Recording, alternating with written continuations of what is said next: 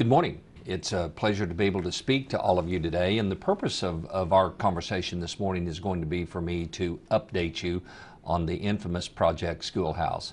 Just a little bit of a reminder about the history of what's going on here. I knew last year, whenever we went through the financial downturn and some of the inequities that were exposed through the loss of staff, that we really needed to do something dramatic.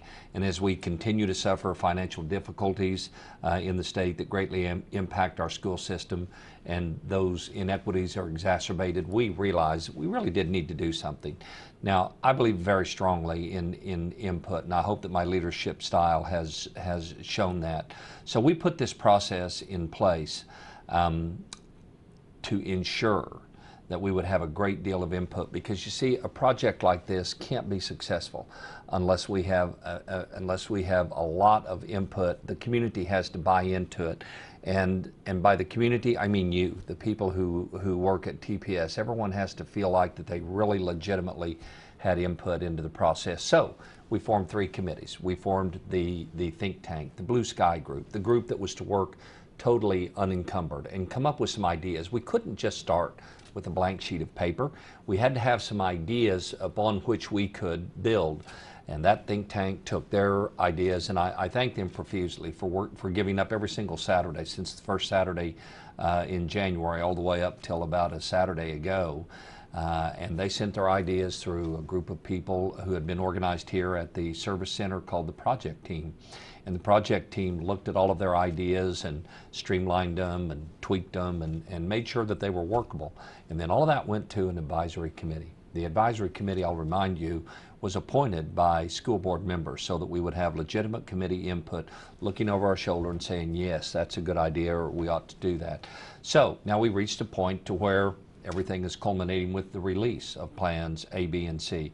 Let me emphasize, this is nothing more than the platform from which we launch our opportunity to get an enormous amount of input, to get an enormous amount of feedback.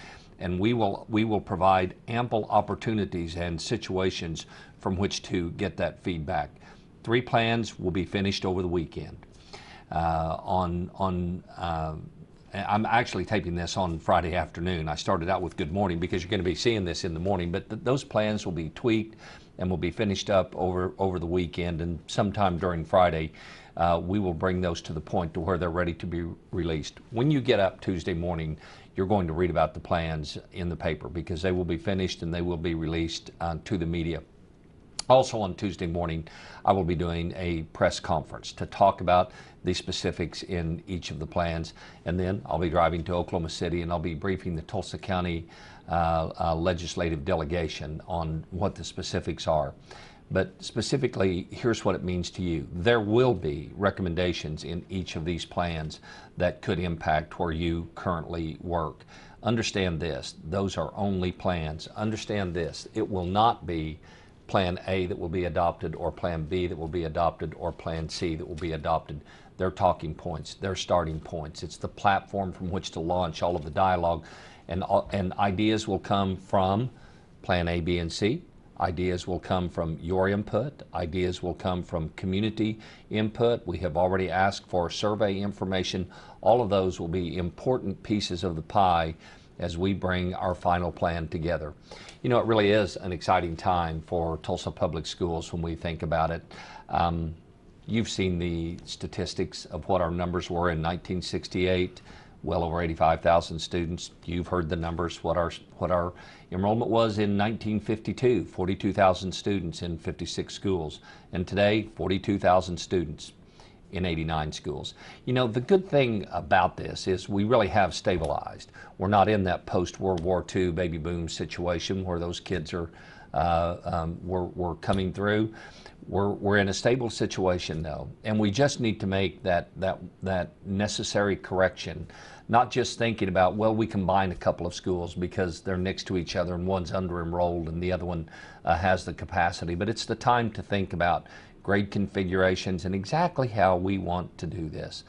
I view this as a great opportunity for us, and of course it is driven somewhat by the financial difficulty that we're facing, but the savings that are realized from this must first and foremost those savings must first and foremost go into making for better instructional opportunities for students. And in closing, I will say that's what this is all about, is creating a better instructional environment for the students who attend Tulsa Public Schools. It won't be easy, it will be difficult, but the final product, when we are completely finished, we will be a much stronger, we will be a much better school. We welcome your input, we want your feedback, we want you to communicate with us, and we will be providing that opportunity so that we can come up with the very best possible structure for the students of Tulsa Public. Thank you.